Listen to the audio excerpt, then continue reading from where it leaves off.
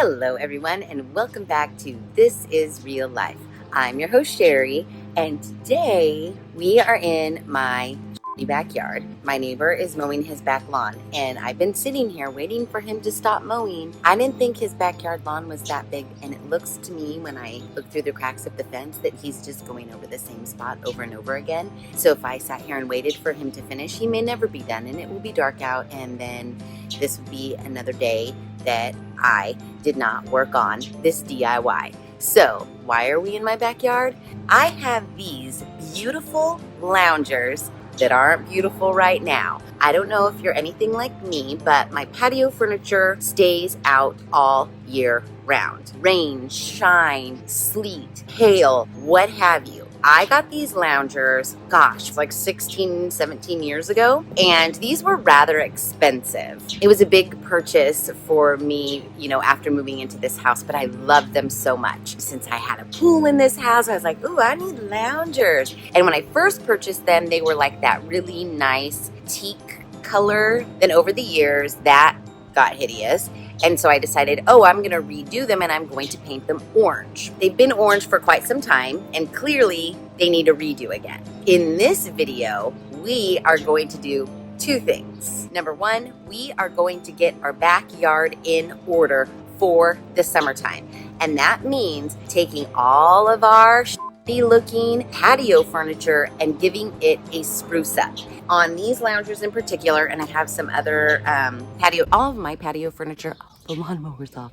All of my patio furniture tends to be wood, and it goes through it. So we are going to refresh everything and get this backyard in order. These loungers have been here, like I said, forever, and there are some slats like this one I just pulled off that we're going to need to redo and make sure they're secure. I am not going to stain them again. I am going to paint them again. That brings us to part 2 of this video. I'm super excited. I asked for it for my birthday and I got it. A low pressure spray gun. Yes! I have used a spray gun before, but I don't own a spray gun and I've always wanted a spray gun. So we're actually going to test this. Never even heard of this brand. Campbell Hausfeld low pressure spray gun. Lightweight, durable composite body, adjustable fluid control, holds 20 ounces of paint, and you have to use your air compressor with it. We're gonna test this puppy out and see if we love it. We're not gonna get to open it and look at it right now because we've got to prep our 2 loungers. I gotta roll these puppies in the garage and we gotta spend a lot of time sanding off all of this hideous paint. And then we're gonna go through all of the slats and make sure everything is secure. And then when that's done, we can bust out the spray gun. So let me haul these loungers to the garage and we'll get started stripping everything down. Okay, so I just brought one lounger into the garage right now to begin with, and boy is it a little wobbly. This, dare I say, could turn into a trash to treasure, because you might be looking at this right now going, what the hell are you even gonna try to save that? Just go out and buy new. No.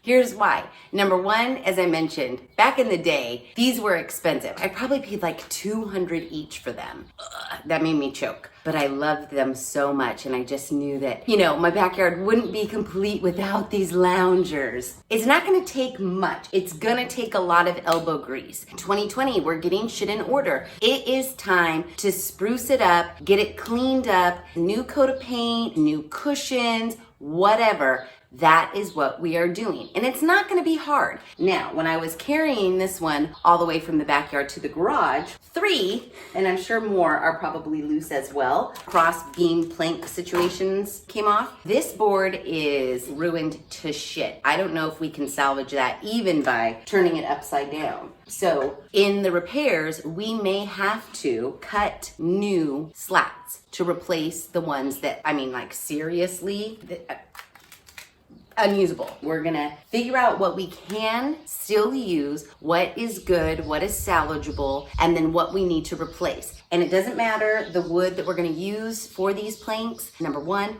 we're spray painting everything. Number two, we are going to put a lounge chair pad on this when all is said and done. So we just really need to get the frame sturdy, looking better than it does now. To do that, we're gonna be sanding the shit out of it right now. I'm a little nervous on my supply of sandpaper, to be quite honest. Another thing that you could do if you didn't want to spend so much time sanding is you could slather on a paint remover and then use like a putty knife to get rid of some of the paint. I'm just going to sand the whole thing. And I don't feel like it will take that long, but it might take a lot of sandpaper that I don't necessarily have at my disposal. So I might have to go buy more sandpaper. I don't plan on spending a lot of money on redoing these. It shouldn't take you a lot of money to redo any of your patio furniture. And probably for the most part, you guys probably aren't as lazy as me and probably didn't put this off as long as I did. It literally could mean your patio furniture just needs a wipe down and maybe a refresher of a chair pad. Maybe a coat of spray paint. You may not have this situation, but if you do, I'm here to show you that it is easily fixed and these loungers will look amazing when we're done. And it's not gonna take longer than a weekend, I guarantee it. Okay, so just like with any sanding job, you wanna start with your coarsest grit sandpaper first and work down to your finest grit. My coarsest grit that I have right here in this pile of sandpaper is 80. So I have my 80 grit sandpaper on my trusty palm sander that I love so much. I'm just gonna get to sanding.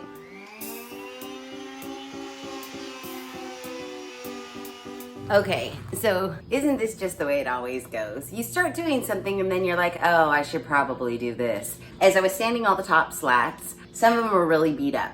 Plus, you know, they're slats. So there's in-between parts in the slats. I couldn't get my sander in there. And then I thought, I wonder if some of the undersides look better than the top sides. So I'm going to unscrew all of the slats. It'll make it easier to sand them all. Plus it'll make it easier to sand the base as well. And then we can go through and pick out which slats are actually reusable and which slats we have to replace. So, handy dandy screw gun. Well, it's really just a drill with a screwdriver attachment. So I'm just gonna go and take out. Don't forget, if you do this, get a baggie. Put all your screws in the baggie so you don't lose them. That's pro tip from me to you. So let's unscrew.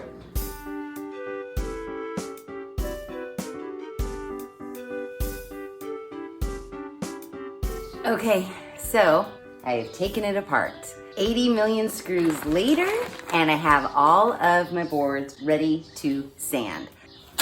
That's what I'm gonna do.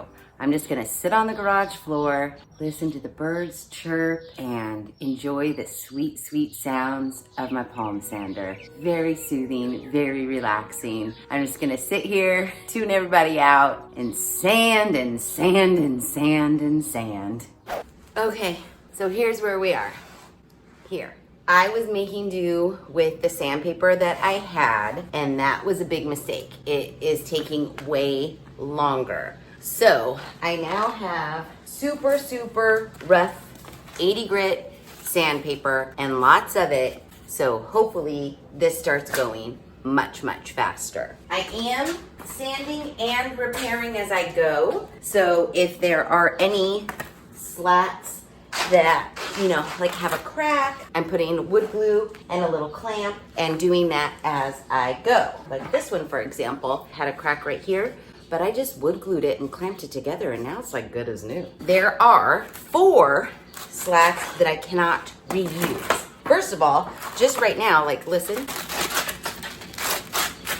they sound like paper. They don't sound like wood.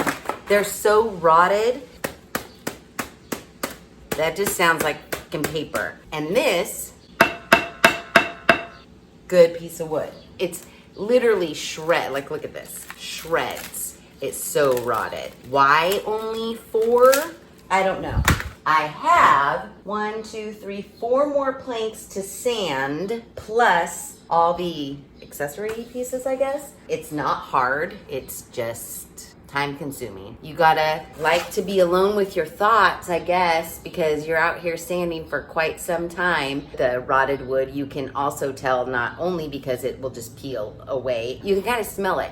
And the only thing I can say is it smells like a wet old boat. You know, the chair that we recovered had that same smell. I'm not getting every stitch of orange paint off. What we want to just make sure is that it's not peeling. Like I can't take my fingernail and it's not going to peel up. I'm personally not staining this. I am going to paint it again. So as long as the paint that's on there is super smooth and not peely, I'm fine with it. If you were going to stain this, then yes, you would want to get every stitch of paint off. I'm just gonna paint it orange again, to be quite honest. I was like, dang, these have been left out in the rain forever. Someone left the cake out in the rain. You guys are all probably going, what the hell song is that? It's a really old song. It's the mind of a crazy person right now because she's been out here sanding for so damn long. And there is more to go. But I'm taking a break to eat some dinner and who knows if I'll make it back out. It's like once I go in the house and sit on that couch, it might be over. I really want to get it sanded and done so that I could get it all put back together. It's probably not going to happen tonight. Let's just be real. This is real life and I'm tired of sanding. Let's finish this up another day maybe. Yeah. So I wasn't a super slacker. I did go in and eat and then I came back out and finished sanding all of the slats. Now I just have, you know, that stuff. I feel like that will go fast, right? I got a late start today. You know, I was thinking about it earlier and I was like, I totally said you could get this done in a weekend. Yeah, if you started at like, 10 in the morning and not 2:30 in the afternoon. But again, it's not hard and it is going to be a huge transformation. I'd like to say it's trash to treasure, but it's my own damn trash into my own treasure. So does that still count? I think that still counts. So I'm gonna get back at it later.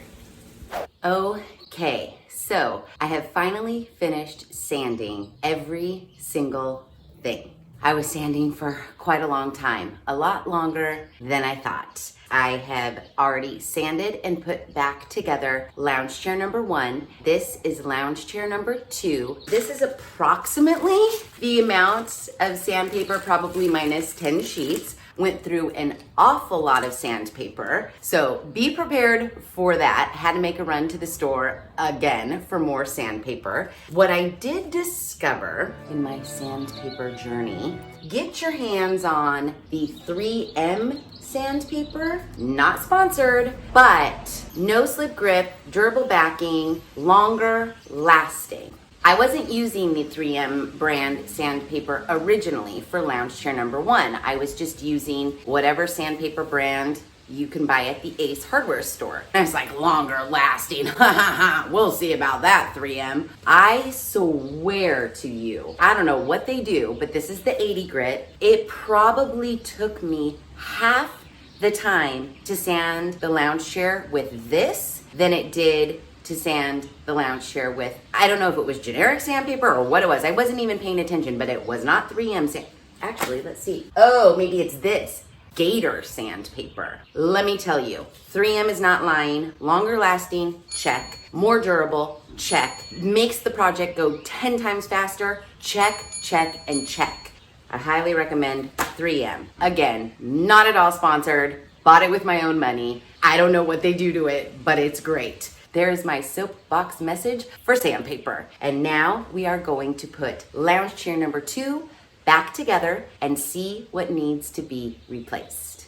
So basically, it's just taking whatever it was apart in reverse. I have my bag of screws, and to reinforce everything, I'm going to type on wood glue every single piece. Wood glue, screw, wood glue, screw, so that the lounge chairs are extra durable and the screws don't loosen up over time, because what I noticed with this one when I was taking it apart, a lot of screws were missing. I just think over time they just, from being rickety and whatever, they unscrewed themselves magically and then dropped to the ground and fell in between the cracks of the deck. I have no idea. For this lounge chair in particular, there's probably about 5 or 6, maybe even more screws that are missing that I'm gonna have to try to hunt for matching size screws in the cupboard. I am gonna wood glue, I am gonna screw, and that hopefully will make these loungers even more durable so that they can last even longer. Let's get our handy drill that I charged the battery overnight, screw bit in, and we're just gonna go to town and put this sucker back together.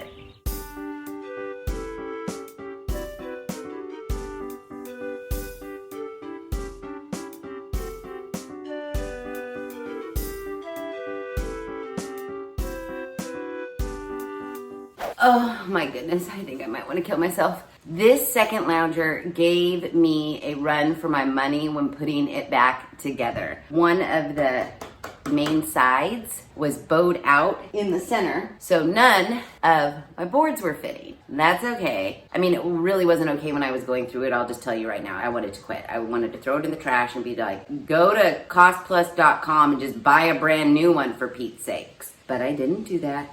I stuck with it because I knew that I had to replace the rotted boards anyways. So where the area that is bowed out just a little bit and the boards weren't matching up, I skipped those because on this lounger, I need to replace 3 boards. And on that lounger, I need to replace 3 boards. So I skipped those and just moved on so that I can cut new boards and make them the appropriate length, accounting for the slight bow. It just so happens I have a piece of wood cut to the perfect width, not the perfect length. But I have more of this board here, just scrap wood, as you know. So I'm gonna cut 6 total strips and then replace those and these. I know you're looking at these loungers going, those look like shit. Because when I look at them, I'm like, yeah, they kind of look like shit. But they may look like shit right now because A, I flipped every single board upside down. So what was once the bottom is now the top. And so I have all of the screw holes that I need to fill in with wood filler. Secondly, it's all sanded, but kind of in like a, haphazard way. So it definitely has that beach weathered wood that comes washing in from the ocean. It has that sort of a look right now, which is not a bad look. It's just not the look I'm going for. And when I replace the boards, this wood is not gonna match at all. But that is all okay because I am painting this. So once a uniform coat of paint goes on both of these, they will look amazing. Or so I'm hoping, fingers crossed. So what I'm gonna do is get out my sawhorses. I might get my circular saw out. Since this one is the perfect width, I'm going to use this for my width, and then I will cut my length according to where the pieces need to go. So that's what we're gonna do now. Okay, so as luck would have it, if I turn the board this way and cut all of my slats like this, the length is actually pretty perfect. I'm just gonna take my pen, where did I put it? I'm gonna just trace this. I need to trace 5 of them. 1. I'm going to do 1 at a time because every time you cut, you gotta allow for like the width of the blade. So I don't want them to get skinnier and skinnier as I go along. I don't know, I call this a circular saw. I mean, maybe there's another name for it, but I do think that people think that this is scary. It's not scary. It's no scarier than the jigsaw. So if you're comfortable using a jigsaw, you should be completely comfortable using the circular saw. There is no way you can cut yourself unless you put your hand under the board while you're sawing. There's a guard here, and there is the guard underneath that as you start moves as you go across the board. What I like about it is it's very, very, very much for straight lines. Jigsaw, this, boom. If you're doing a lot of straight line cuts, this is the way to go. It has a little indentation where you put your line, which is where your saw blade's gonna line up. And then boom, go. You wanna start a little bit away from the board, press your finger on the trigger, and voila.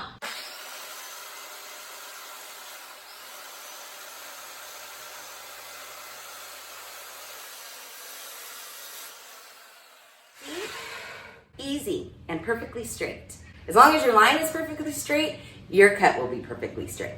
And then I am going to lightly sand the corners or the edges to round those off so they're not so sharp. So they match the rounded off edges of the original boards. And then we'll go ahead and screw those in. Now, as I stand here and look at me and saw, I'm like, this is one of those do as I say, not as I do moments. Let's not forget, I'm a professional. Am I in my garage totally barefoot?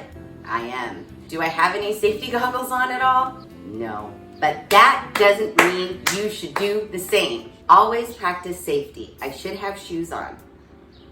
But when you're sawing wood, basically when you're doing anything, you should probably put shoes on because you don't want anything to fall onto your feet and hurt yourself. Safety goggles might be nice for all of the sawdust that's getting kicked up. Again, please be safe when working with power tools. I would be an example of what not to do. So whatever you see here, do the opposite. Safety first. I'm gonna finish cutting these now, barefoot.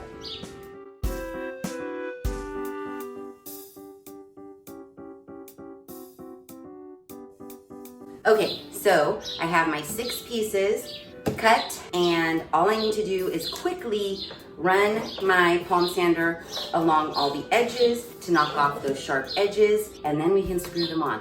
And then fill everything with wood putty, and then call it a day.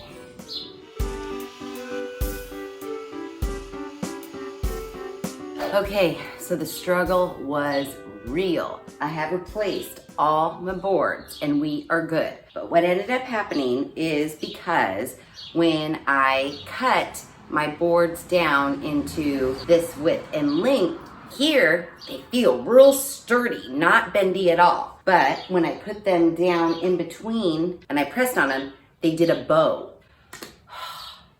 I know. It was like a Tim Gunn make it work moment because I was like, what am I gonna do? So what I ended up doing, I salvaged 2 more of the original slats because I was like, I can't have you put your butt right here and have it bow down. Really, I wanted to replace them originally, hence why I had 3 here, but these will work. They're extra sturdy. For this one, what I had to do was cut a separate one and cut one shorter. And then I joined them with wood glue and a couple little baby screws. So I created a lip here and a lip on this side, and then boom, which made this one more sturdy. I didn't do that to the back because that's just your back. But right here was your butt.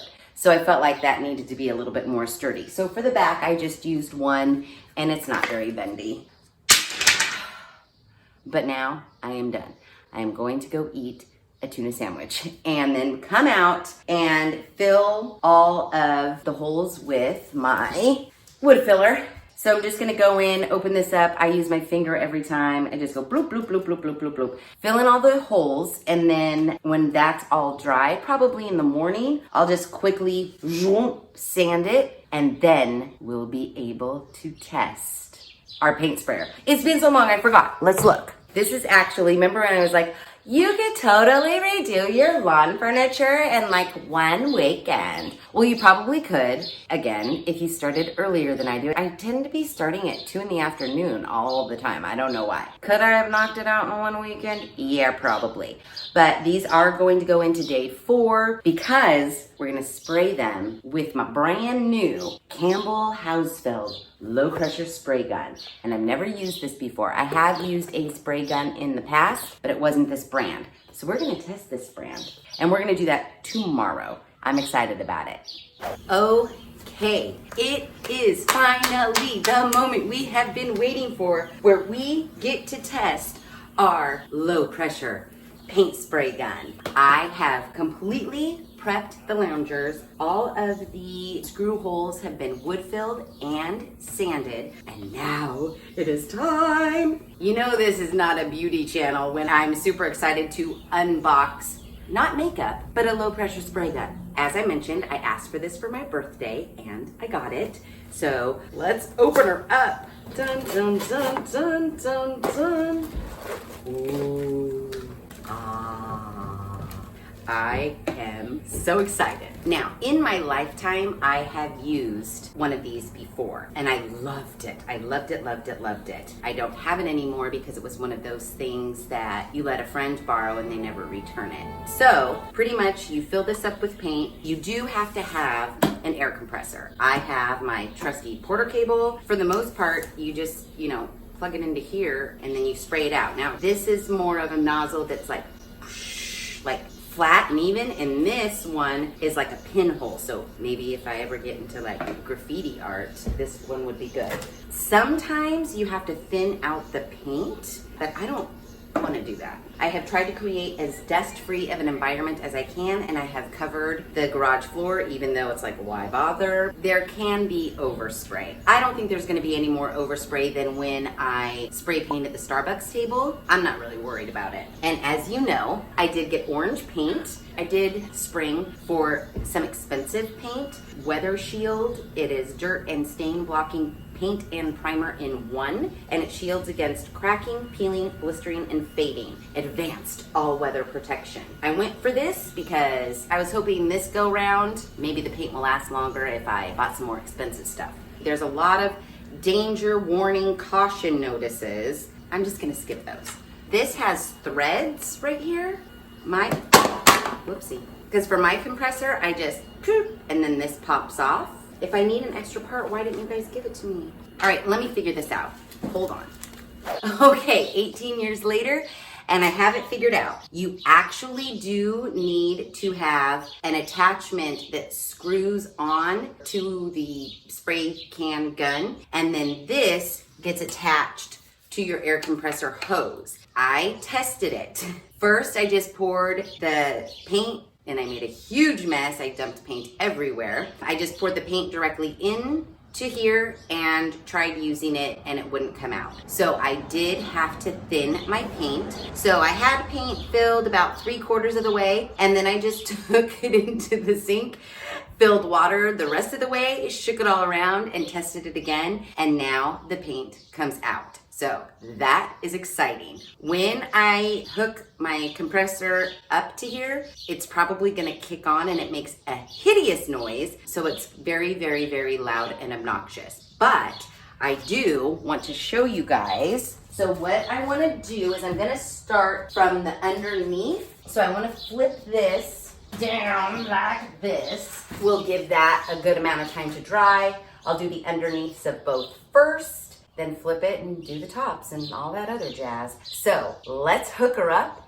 and get to paint spraying. I don't know if you guys are as excited as I am, but I'm really excited. What's great about the spray gun is when I did redo these chairs originally, I bought probably 10 cans of spray paint at, $6 a pop.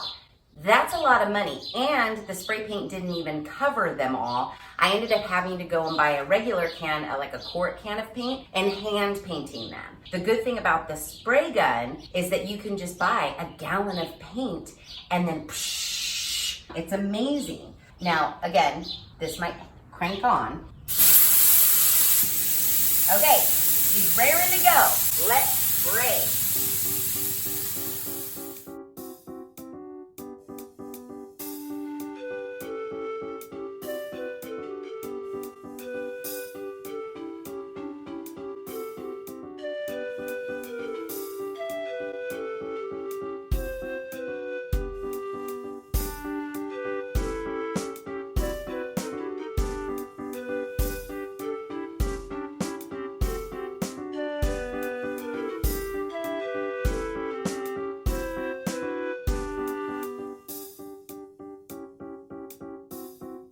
Okay, so I have both of the undersides painted with some troubleshooting. For me, in this spray gun, half of the, look at how a mess, I'll tell you why. Half of the canister with paint, the remaining with water. That seems to be the best. Once I did that, it was smooth sailing. Why is this such a mess? Why are my hands such a mess? It is leaking from right here, and I cannot figure out why. So I'm just going with it. But other than that, it's fine. The undersides went super, super fast. You can get real heavy-handed real quick. Just be careful of that, because I'm standing back and it's like, oh damn, I got some paint like dripping down. But that's okay, it's the underside, and if I feel like it, I could lightly sand it, but no one's gonna see it anyways. Technically, I didn't have to paint the underside if I didn't want to, but for weather protection, I did. So now I am going to paint the top sides, do a little bit better job, not be so heavy-handed, be gentle. I also found that I keep a toothpick handy, because this little nozzle does tend to get some excess paint in it. I just kind of, every so often, just go like this and get the little excess paint out. But yeah, for the most part, Love it. I just don't know why it's leaking right there. Campbell Hausfeld, can you guys tell me what the deal is right there? Because it is making a mess. And there is some overspray, not gonna lie, but I put a tarp down, so we're okay. So the next time you see these loungers, they are gonna be completely painted and completely beautiful. And it's going fast. So I love it so much. Okay guys, the time has finally come. The lounge chairs are complete. They are back in the backyard and they look amazing. Dare I say, brand new. You be the judge. Dun, dun, dun, dun, dun, dun, dun. Can you even believe it? Do you remember how shitty they looked before we started? And now it's like I went out and bought new loungers and I didn't at all. So I cannot believe how amazing these loungers turned out. You know, I was like, oh, this is gonna be no problem at all. It took a little longer than I would have liked it to take, just because they were in such bad shape and I let them go for way too long without refinishing them. But what did I spend? I bought a gallon of paint and sandpaper. Clearly I had to buy some sandpaper and some wood filler.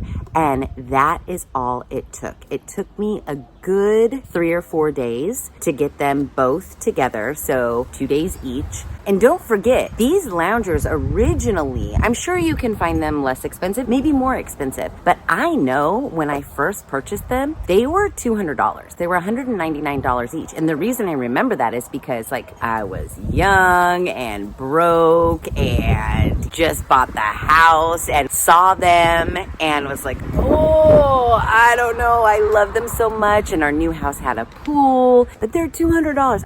I remember that. $200 a piece. That's $400. So, you know, when I started redoing them, literally halfway into the first one, I was like, seriously, dude, let's just throw these in the trash and go buy new. But you know what? Maybe I have $400 to go buy new loungers, but also too, why?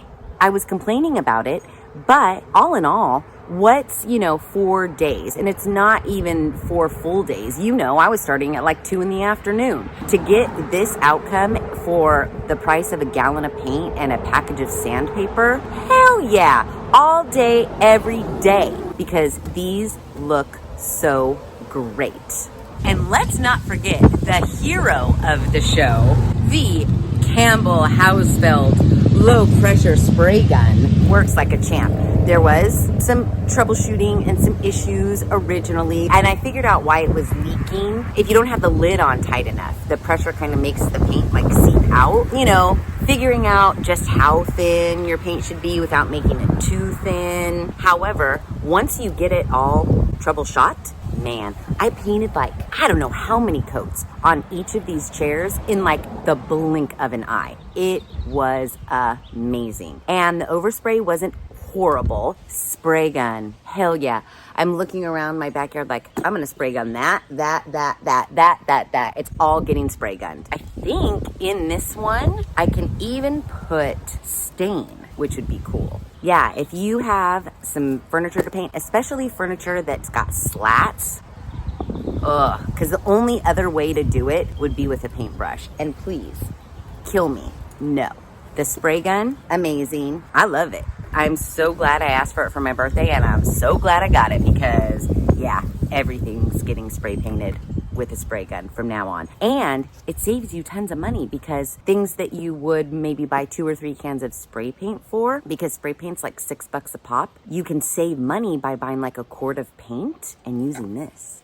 And your paint goes further because you do have to water it down. That's a win-win, win-win, win-win-win, Campbell Hausfeld. 2020, it's coming back together. It's coming around. We're getting organized. We're getting our backyard in order for summer. Here's what I say. I think this goes for anything. You know, you let stuff go for a while. Even indoors, you know, I can go inside and pick out a bunch of things that like need to be repaired. Paint, on the wall that needs to be touched up, cracks in the tile, you know. It's very easy to just be like, oh, I'll fix that later. And it's also very easy, especially in this day and age with the internet.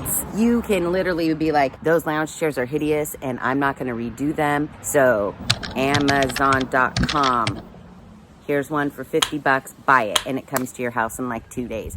It's very easy to do that. But it's also very easy to just refurbish what you have. Save your money and spend it on things that, I don't know, can enrich your life, like travel or a new wardrobe or whatever. If it's not that shitty and you can redo it for a gallon of paint and some sandpaper, why the hell not? Especially when you look at it and you're like, damn, that shit's brand new. I'm gonna get this summer, next summer, these are gonna last longer than I thought they would have. And that's the greatest thing. You know, I was kidding with myself when I was all alone sandpaper. I'm like, these things are gonna be held together with wood glue in a dream. But they're not. I can't get over how great they turned out. Take a look around your house. Take a look around the outside. Is there something that you let go for maybe, you know, a couple summers? When you look at it, you're just like, oh, I can't be bothered. Bother yourself. Go get a gallon of paint. Spruce that shit up. Make your backyard or the inside of your house something that you want to come out and enjoy for the price of a gallon of paint and a package of sandpaper. And maybe a spray gun. I don't know how much spray guns are. I feel like they're not that expensive. I will try to find the one that I got for my birthday on the Amazons. And if I do find it, I will put the link below. So in case you do want to get it. But spray gun, hell yes. I love it. And I love these loungers. Now, I do have another extra surprise. These loungers, as amazing as they look, I'm gonna take them up a notch. You know me, we can't just leave well enough alone. We're gonna give these loungers just a little more pizzazz. And that's gonna be in part 2 of, I don't know, my own trash to treasure. How do you like them apples? So yeah, be on the lookout for part 2 because dare I say I'm brilliant? Part 2, you'll see why. You will see just how brilliant I am. If you like this video, please be sure to give it a big thumbs up. If you haven't done so already, please subscribe to the channel. Be sure to ring that notification bell so that you are alerted to all of the DIY Wednesday videos I push out, which are every other Wednesday at 5:30 Pacific Standard Time. You also want to make sure, if you don't have that notification bell rung, that you ring it, especially now, so that you don't miss part 2, because part 1, amazing. We used a spray gun, we refurbished some shitty ass loungers, and part 2, you don't want to miss it. That's all I'm going to say. So ring the notification bell. Be sure to share this video with your family and friends. And as always, thanks for hanging out.